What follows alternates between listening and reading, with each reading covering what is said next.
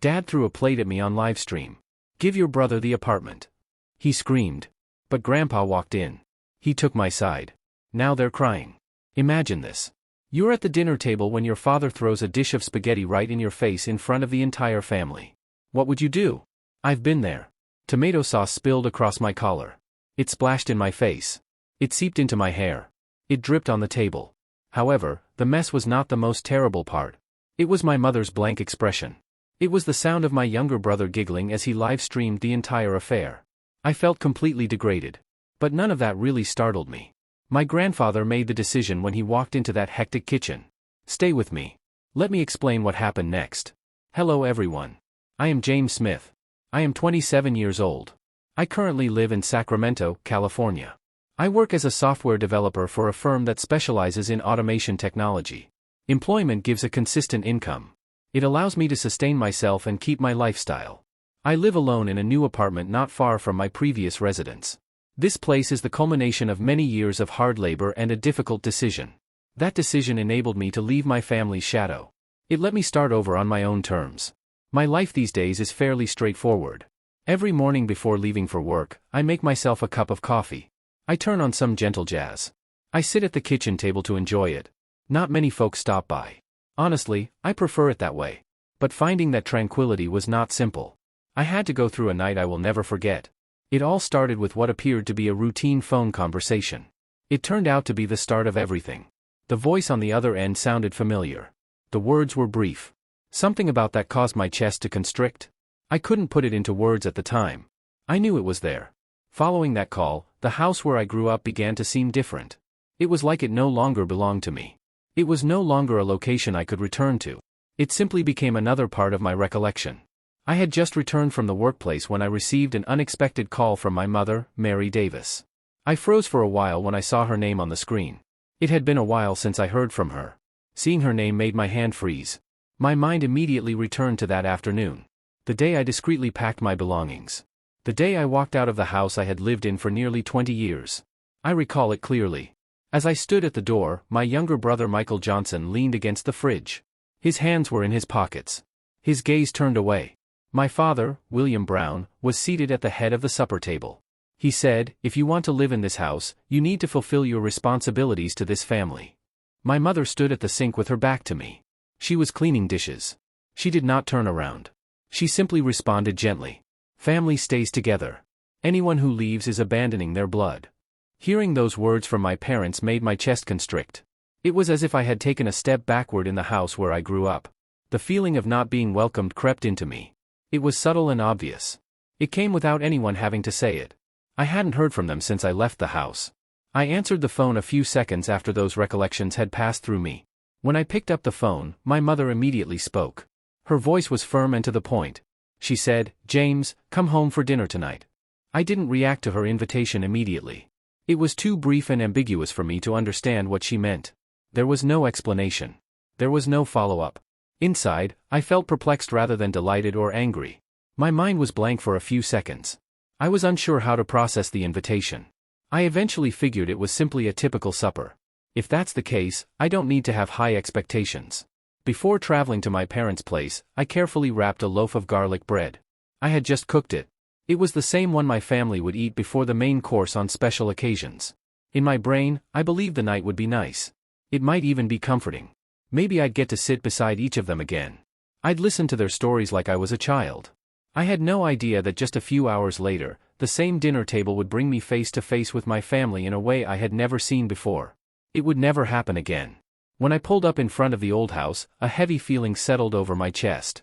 This used to be the place I felt I could always come back to. Every night, I'd hear the familiar voices of my parents and younger brother. I used to think that no matter what occurred, I would be welcome here. But when my mother opened the door, her eyes were calm. She nodded politely. That's when I really understood. The difference between myself and my family was not due to time or place. It was the way they stared at me. It was like I didn't belong here anymore. When I walked inside, everyone was already present in the familiar space. Michael was at the head of the table. His phone was mounted on a tripod while he adjusted the live stream angle. The sidelight gleamed on his face.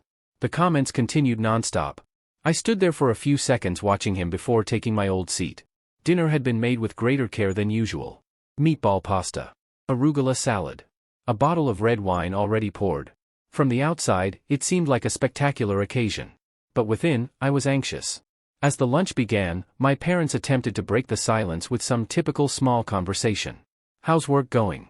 Is the new apartment treating you well?" I responded briefly. Everything felt like a prelude to something bigger. The atmosphere at the table was not calm. It seemed as if everyone was waiting for the ideal moment to reveal their plans. When the main course arrived, my father, William, sat up straight. He carefully placed his utensils down. He stared directly at me. He spoke clearly. "James, your mom and I think it's time you let Michael use your apartment for a while." My hand froze above the table as soon as those words left his mouth. Something inside me tensed. I couldn't tell if it was because of the unexpected request or because he stated it as if it came naturally. After a few seconds, I glanced across at my mother. She did not elevate her head. Her hands rested softly on the table. Nobody looked at me. Nobody appeared surprised or even uncertain. When I did not respond right away, my father continued on. "Michael needs a quiet space to create content. His work is starting to take off." At that point, I was no longer silent. I remained calm. I looked him in the eyes. I asked, "Are you serious? That apartment I saved for. I bought it with my own money." That's when his tone shifted. It was no longer calm. His voice became lower and heavier. He continued, "You've lived in this house for 25 years. It's time you learn to give back to your family." That was not simply a request. It hit like a chilly reminder. They perceived the years I spent growing up in this house as a debt I hadn't fully paid off. I sat quietly. A tight choking sensation rose in my chest. Those long nights creating code. Turning down plans to save on rent. Scurrying amid short layoffs. They demonstrated how hard I had worked. And now, in their eyes, everything was reduced to a negative balance just because I used to sit at this table as a son who still owed them his portion. After what my father stated, I realized I couldn't remain silent. I was not the youngster who had to give up new toys for his younger sibling. I wasn't the eldest child who was constantly standing aside to protect the family supper from coming apart. I left this town to live on my own terms. If I remained silent again, I'd be right back in the pattern I'd spent years breaking out of. A few seconds later, I looked my father in the eyes. I mustered all of my bravery. I told him the truth. That apartment is something I worked for myself. I disagree. After I finished speaking, the air around the table froze. Michael paused in mid-motion. His eyes were wide. My mother flinched slightly. She automatically stroked her chin. She said nothing. My father glanced at me. His words were low but crisp and decisive. "You dare refuse my request?" Still gazing straight at him, I replied clearly. "Yes. Stop trying to control me." When my father heard me answer no again, he pushed his chair back. He stood up. His face was strained and red. He was holding a full dish of spaghetti. Before I could react, I saw the plate fly directly at me. The tomato sauce soaked my collar. It spilled on my face. It poured into my hair. It dropped across the table. After the plate struck me, he remained there, breathing heavily. His arms were down by his sides. He did not move closer. He didn't say another thing. His eyes darted across the table. They rested on my mother as if he was looking for a lifeline in a circumstance he hadn't anticipated. When no one reacted, he straightened his stance. His chin was slightly up. He was trying to appear in control. But I could see in his eyes a combination of rage and hurt pride. When that plate struck my face, I didn't hear anything else. The first thing I felt was neither heat nor agony. It was frigid. A peculiar type of cold. Not from the sauce on my flesh. It was from the humiliation that seeped into my sense of dignity. That was the first time I'd ever seen my father so enraged. It was also the first time I realized how blatantly unfair our family could be. There was nothing more to hide. Seconds later, I felt a burst of heat in my chest. It affected me not because I was astonished. It was because I had recently been kicked out of my childhood home. Michael virtually leaped out of his seat after that loud noise. He suddenly turned his phone toward me. His voice was full of excitement. "See, told you all the drama in my family's real." I turned and stared at him. His eyes did not flinch. He clearly delighted himself as if he had just recorded the perfect scene for his viewers. I didn't feel rage in that moment. It was a sudden sensation of disappointment. Not because I was being filmed. It was because I realized my younger brother didn't even see this as a line that should not be crossed in a family. To him, the humiliation I experienced was simply a source of involvement. Faced with Michael's callous apathy, my rage erupted in obvious powerful waves. I whirled without warning. I slammed his tripod to the ground. The collision resonated dryly and loudly. His phone flew to the side. Michael jerked back, surprised. I did not let him say anything. I pointed directly into his face. I shouted, "You just crossed the line." After everything, my mother sat still. Her hand covered her mouth. Her eyes avoided mine. She did not hurry over to intervene. She didn't say anything to alleviate the tension in the air. By then, my eyes carried no distinct feeling. Only an emptiness rose in my chest. It was as if the rest of me was slowly separating from this place. I knew it wasn't over. Michael bent down to pick up his phone immediately after I knocked the tripod to the ground. He hadn't even swept the dust from the case when his voice pierced through the air, unaffected. "I'm the one supporting this whole house. Borrowing your apartment for a while. What's the big deal?" Hearing that made me freeze. I couldn't react. I felt a wave of heat run through my chest. It caught in my throat. In that moment, tense and simmering with stress, I turned slowly to gaze at him in the dense, suffocating air of the kitchen I had called home. My gaze was drawn to the younger sibling who I had assumed would always be an essential member of our family. Looking at him brought up such crisp and vivid memories that it was unsettling. I recall Michael dropping out of college. He declared his desire to be a TikToker. My parents did not object. They provided him with all the necessary equipment, cameras, lighting, microphones. They gave encouragement. "It's good he's learning to make money early." I recall when a handful of his videos went viral. The entire house cheered as if we had won the lottery. My mom informed her pals. "Michael is more practical than his older brother who just dreams all day." I remembered Michael was the one who took them on their first vacation. From that moment on, every eye in the house shifted in one direction. I scraped together month after month to make payments on that flat. Every time I mentioned moving out, they dismissed it. They believed I was still doing the right thing by sending money home on a regular basis. All those recollections of injustice and obvious stupid imbalance erupted in my throat like a lump. It intensified with each breath. It felt as if everything I'd never dared to say was now sitting there. It pressed my chest. It dared me to speak up. Finally, as I stood immobile, the thick tomato sauce seeping into my collar, a familiar voice emerged from behind me. "What's going on here?"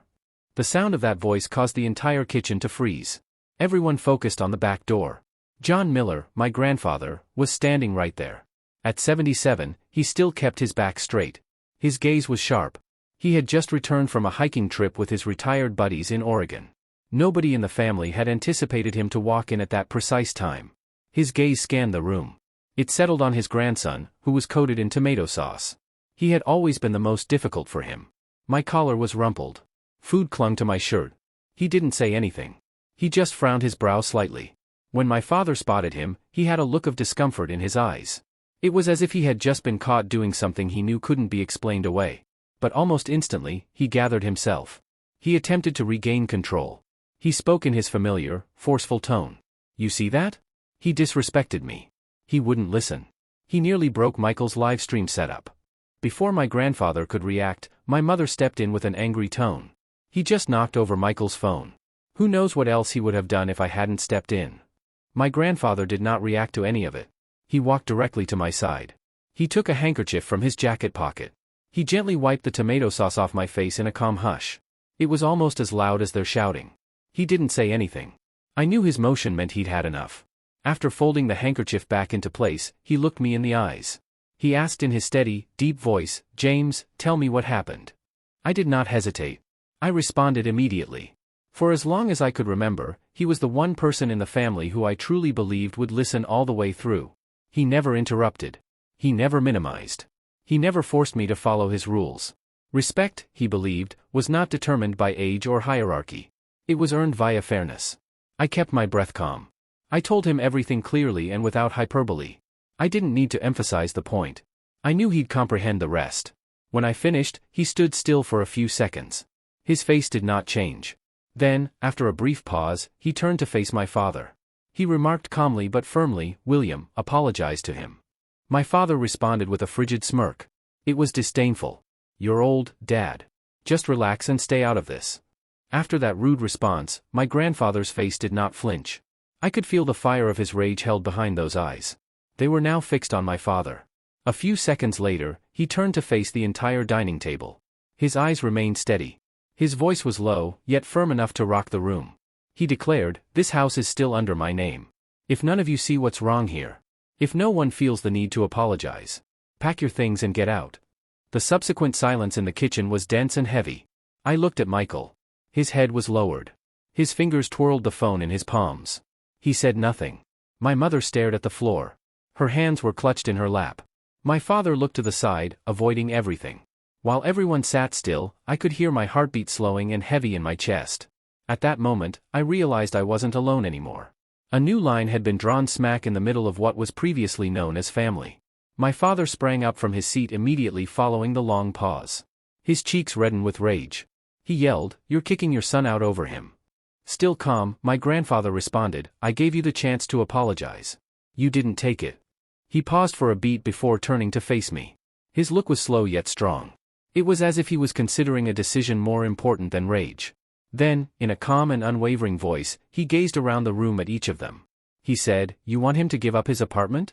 Fine. The three of you live there. This house stays with him." The statements felt like a definitive verdict. No appeals. There is no discussion. My father's expression was one of shock. His lips stiffened. His eyes expanded. With clenched teeth, he hissed, "You can't do that. This is my house. Mine." My mother also sprang up from her chair. Her worry was palpable. Her voice broke. She almost cried out, "Dad, this is too much. What will people think about our family?" I looked across at Michael. He didn't say anything. He just looked from Dad to Mom, then at our grandfather. His eyes were lost. It was as if he was silently pleading for someone to intervene but didn't know where to look. I did not move. I just stood there. Something inside my chest broke open. It was not fulfilling. It was not about winning. It was because for once my grandfather stood up for me without asking me to prove it. My grandfather's face hardened as he witnessed the reactions around him. He didn't yell. I could feel the intensity of his rage swelling beneath that quiet reserve. He turned and walked to the cabinet at the front door. Nobody dared to speak. Nobody dared to stop him. The room was so quiet that I could hear the slight squeak of the hinge as he opened the door. He held 3 jackets. My father's brown jacket. My mother's blue coat. Michael's familiar black hoodie. He threw them out onto the front steps without saying anything more. Slow and deliberate. There were no explanations or drama. Only action. The front door remained open. A breeze blew in. It bore the frigid sensation of something that had recently been evicted from this dwelling. When he spun around, he was firmly in the center of the room. His gaze locked on all 3 of them. His voice became even lower. "I may be old, but I'm still clear-headed. I know right from wrong." He then said without raising his voice, "No one gets to take my grandson's home and expect him to thank you for it." After those comments, my father stood immobile. His fists were clenched so tightly that his knuckles turned white. My mother kept her head down. Her fingers were close together. Her gaze was fixed on the floor as if she was trying to disappear. The only sound in the room was a mild wind blowing through the open door. I remained where I was. I stared at the man who had accomplished something I had never imagined possible. A surge erupted in my chest. It was not from emotion. It was from the peaceful, strange sensation of finally being valued in this house. At that point, I understood the old door in front of us didn't suddenly swing open, forcing someone out. It also opened up something new in this household. When confronted with my grandfather's hard stance, I witnessed my father falter. His face remained rigid with stress. The fire in his eyes had faded. He took a step back. His fists were still clenched. His lips parted as if to protest. No words came out. Before he could say anything, my grandfather's voice cut in abruptly and definitively. It left no opportunity for interruption. Still staring directly at me, he said clearly, "James, go back to your apartment. Pack a few things. Then come back here." I didn't say anything. I nodded. I moved silently out of the kitchen. It felt like walking out of a courtroom without a judge or a jury. The verdict was based solely on what was right. My head was whirling as I drove back to my flat. Every length of road seemed to echo with that plate crashing down. The sensation of sauce on my clothes. Michael's averted stare. My parents' voices looped through my thoughts as if they were attempting to resurface old memories. My chest still felt heavy despite the fact that the person who stood up for me was the most respected voice in the family. I knew this because my father would only raise his voice when Grandpa wasn't present. My grandfather is not easily swayed. He was a soldier who trained thousands of troops. He fought on real battlefields. He confronted death without hesitation. In my eyes and the eyes of everyone in the Smith line, his word is more important than any judicial verdict. Just now, with the property and house still in his name, no matter how loud my father yelled, he had to realize he was standing on ground that no longer followed the old laws. While I was packing a few items in my modest flat, I had no idea that everything was already in motion back at home. Not with emotion, but with the law. My grandfather's attorney, David Wilson, arrived shortly after I departed. At Grandpa's request, he brought 2 copies of past wills and a newly created paper. He pushed them through. If my father, mother, and Michael did not evacuate the house within 72 hours, I would get entire authority and ownership of it. No arguments. There are no negotiations. Every syllable of protest was duly recorded. They were asked to pack all personal belongings within the specified time range. Any delay would be considered a civil infraction as specified by David in the property agreements. When I finally closed the door to my flat, the quietness seemed eerie. It was almost too calm. At the time, I wasn't sure if I just stepped out of a conflict or into the opening stage of something far larger. I knew one thing for certain. This was not over. Not even close. I stood in the center of the living room. The air felt thick. It was as if a coating of dust had settled over everything. Nobody spoke. Nobody moved from their seat. On the customary table, a set of keys was carefully placed in front of my dad. According to my grandfather's choice, they were the keys to my flat where my family would temporarily live. Grandpa stated unequivocally that the apartment must stay unchanged. Nothing was to be removed, amended, or updated without his approval. With attorney David Wilson present, each condition was properly documented. My parents and younger brother had to relocate from their 2,500 square foot house in West Grove Township to a 550 square foot apartment with only 1 bedroom and a small kitchen. I understood the flat wasn't particularly luxurious. The walls had not been repainted since the previous round of repairs. The kitchen range hood was unreliable. The central air conditioner could only cool one section at a time. But it was the result of 4 years spent preserving a sign of my independence. They would find it difficult to share such a small space. Not even close. That night, after my parents and younger brother had officially departed the Smith household, I sat alone in the kitchen. The fragrance of tomato sauce lingered in the air. It was a persistent trace that couldn't be removed. I looked over to my grandfather. I quietly asked, "You did all this for what?" He lifted his head. He responded slowly with a distant gaze. It was as if he was reaching back for something long ago. "I just wanted your father to understand the value of fairness." His response left me speechless. Not because it astonished me. It was because for the first time I detected a hint of sorrow in his voice. He informed me that the distance between him and my father had only grown after spending so many years away from home in the military. My late grandmother, his wife, had been nice but overly indulgent. My father grew up in a world without many boundaries. With a serene, almost disconcerting stability in his eyes, he said, "It wasn't until tonight, after staying silent for too long, that I truly saw what he did to you at dinner was unacceptable." He waited for a moment before adding one crisp, strong line. I felt a sentence settle deep into my chest. To me, real love and fairness have to go hand in hand. A father who doesn't teach his child where the line is, no matter how much he loves them, is still harmful. Hearing him say that made me realize something undeniable. My grandfather never resented my father. He still felt a profound, enduring love for him. That affection was no longer delivered in the form of nice pats on the back or warm encouragements. It had changed into something firmer. Something unshakable. A quiet but firm form of correction fashioned by limits, discipline, and judgments that cause people to pause and actually consider. It was not punishment.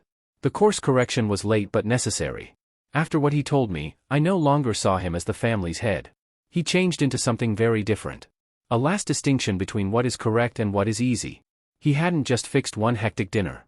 It was about realigning a route that had deviated for far too long. I'm not sure what will happen next. I know my family has reached a point where no one can pretend not to see. Following that day, I formally returned to the old house with Grandpa. No more calm dinners in a small apartment. No more long pauses between 4 blank walls. But I knew it wasn't the end. The next thing Grandpa asked me to do made me hesitate. A week after they moved in, my apartment was posted for sale at a 5% discount from market value. It was not a simple decision. Grandpa made it plain that this was not punishment. It was a clean cut. It was breaking the cord that had bound me to a version of the past I had outgrown. 2 days after the listing went public, a young, educated couple arrived to see it. They made an offer. They signed the paperwork the same day. Then followed what we'd both expected. My mother looked perplexed when the purchasers arrived at my apartment with legal documents and an official move-out notice. Michael struggled to maintain his composure. When they discovered it was true, my father, William, completely lost control. He appeared outside Grandpa's house.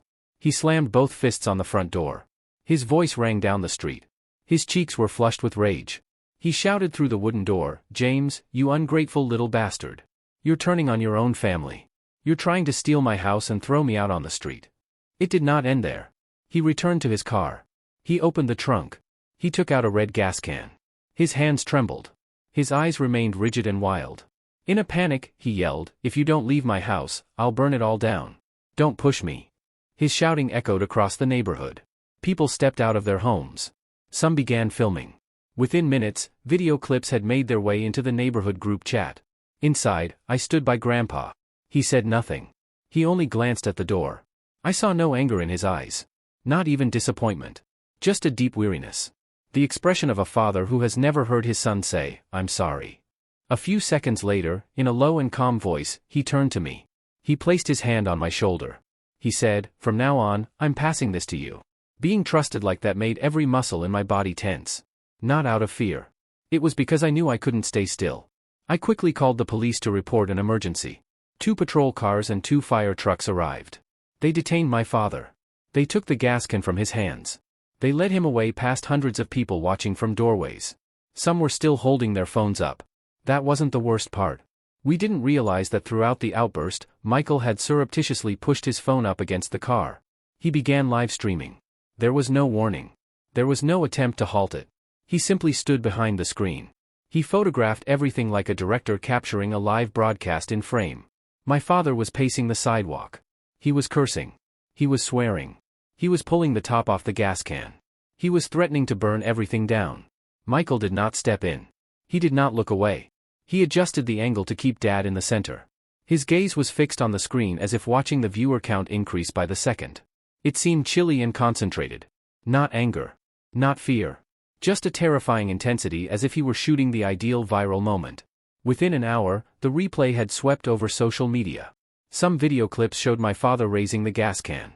Others played dramatic music while he screamed that if he was kicked out, he would burn everything. The comments poured in. Some were indignant. Some were laughing. Some were stunned. Almost all agreed on one point. That behavior was unacceptable. Then something unexpected began to unfold. My father's reputation was ruined by more than just the live stream. His son broadcasted it. Michael broke the family's remaining limits with a single deed. Not for the sake of truth, but to express one's opinion. I realized then that this wasn't just about one individual anymore. This was now the story of a family opening up to the world. It was irreversible. After the cops left, the house went completely silent. I leaned against the doorway. I wasn't sure what to say. At the far end of the room, Grandpa sat at his desk. His gaze was riveted on the computer screen. It played back Michael's live stream video from just hours before. Dad yelled. The gas hit the concrete. His face contorted in wrath. I moved closer. Grandpa did not glance up. He simply shook his head slightly. He murmured in a voice I'll never forget. He destroyed his son's life. Your father may not have a way back anymore. I didn't respond. I stayed there for a few more seconds. I tried to persuade myself that what we just saw had actually occurred. Before we had a chance to analyze the legal documents filed by Grandpa's attorney, which included property control, obligatory relocation, and inheritance modifications, another shift occurred. This time it wasn't from us. The state of California formally intervened after threatening to use a flammable material to damage others and private property. A live-streamed video served as public evidence. The Sacramento County District Attorney's Office issued a notice that a criminal investigation had been launched against my father, William Brown. The complaint did not originate from me, Grandpa, or anyone in the family. It came from the prosecutor's office on behalf of Californians. In the documents given to the residents, I read the following line. The people of the state of California versus William Brown. Only one video. Only one irresponsible behavior was witnessed by hundreds. My father, who had been running a modest machine shop for more than 2 decades, was suddenly facing a criminal case. The charge was felony criminal threat with a maximum punishment of 3 years in prison or prolonged probation with a permanent restraining order.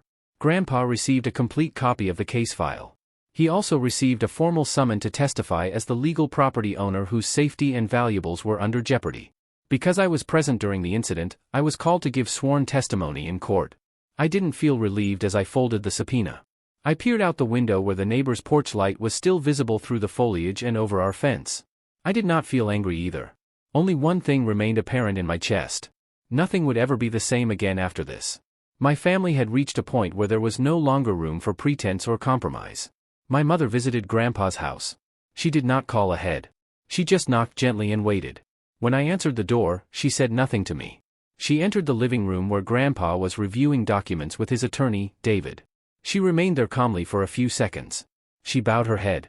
Her voice broke. "Please save my husband." "I'm sorry, Dad." Grandpa did not flinch. He did not answer immediately. He closed the file in front of him. He took off his glasses. He stared straight at her. His speech was quiet and deliberate. Each syllable landed like a pin into motionless air. "I am not the one who put him in this position. If you want to plead, plead with your spouse, the man who stood in the yard with a gas can, threatening to burn down his own father's house. Plead with your other son who has turned our family into bait for views. If you still have a conscience, go plead with the son you used as a punchline for 27 years. She then broke down. Not loud. Just little stuttering sobs. It was as if someone realized something they couldn't undo. She didn't respond. She did not beg. She merely bowed, turned aside, and walked out of the house. It was as if she had no place to stay. I understood right then that my family was no longer whole in every sense of the word. At the criminal court, my father was sentenced to supervised probation and a no-contact order. He was not allowed to come within 300 feet of either me or Grandpa. It was effective immediately. There was no jail time. The court made it clear that if he reoffended in any way during the next 2 years, his sentence would be upgraded to prison. Michael faced no criminal charges. His live stream rapidly became a lightning point for public criticism. TikTok formally deleted his account. They cited a violation of digital broadcasting standards. 2 more platforms followed suit. They withdrew any ad deals associated with his identity. The court never ruled on it. Society has its own way of delivering verdicts. Michael lost everything he'd built. Perhaps for the first time, he grasped something I had been dealing with for years. Being in front of a camera does not equal power. Sometimes it's the quickest method to strip naked. I did not smile when I learned the news. I did not feel relieved. I simply closed my phone. I sat beside Grandpa. I made him a cup of tea. The house was silent as it is every morning. There was no remaining noise. Just enough room for 2 people. A steady breath. Something unusual. Something I hadn't felt in a long time. I could finally exist without needing to diminish myself in order to be permitted to. For me, that was enough. Today, exactly 1 year after leaving that dinner table in a tomato sauce-soaked blouse, I signed the papers for a new apartment. It's not much larger. It's brighter. It's more comfortable. It's still close to where I used to reside. My father currently lives in a little house on the outskirts of town. He sticks to himself. He avoids his neighbors. He has not been on any platform since. He is halfway through his probation. He attends court-mandated behavioral counseling sessions on a regular basis. My mother lives with him in that calm place. She doesn't speak out. She hasn't reached out. After all, I believe she has now begun to reflect on the decision she once made and the price the entire family paid for a few seconds of stillness. Michael disappeared from social media after losing all of his income. His previous videos were removed. Brand ceased using his name. I'm not sure how he makes a life now. Honestly, I don't care as much as I used to. Only Grandpa lives in the ancient house. I visit him once a week. We drink tea. We care for the garden. We replace light bulbs. We paint the fence. He speaks less than he used to. I know he's still keeping an eye on everything. Not with words. It's by keeping the house clean. It's how he always arranges 3 cups on the table. 1 for him. 1 for me. 1 is left empty. It's as if he's still waiting for someone even though he's not sure if they'll ever return. After all of this, I'd like to leave you with this. Not everyone in your family will support you. This does not imply you must continue to put up with it. Sometimes the bravest thing you can do is choose to protect yourself rather than keep the peace. Even if it means giving up your sense of belonging. It's worth it. Being true to yourself is always lighter than living to please others. That is the end of my story. Before I finish this chapter, I'd like to question those of you who have been with me throughout this journey. Do you think my grandfather was too harsh on my parents and brother? I would love to hear your thoughts. Please share your thoughts in the comments section. If this story spoke to you in any way, if it sparked something within you, don't forget to subscribe to the channel. Join me again in the stories to come. Thank you for being here.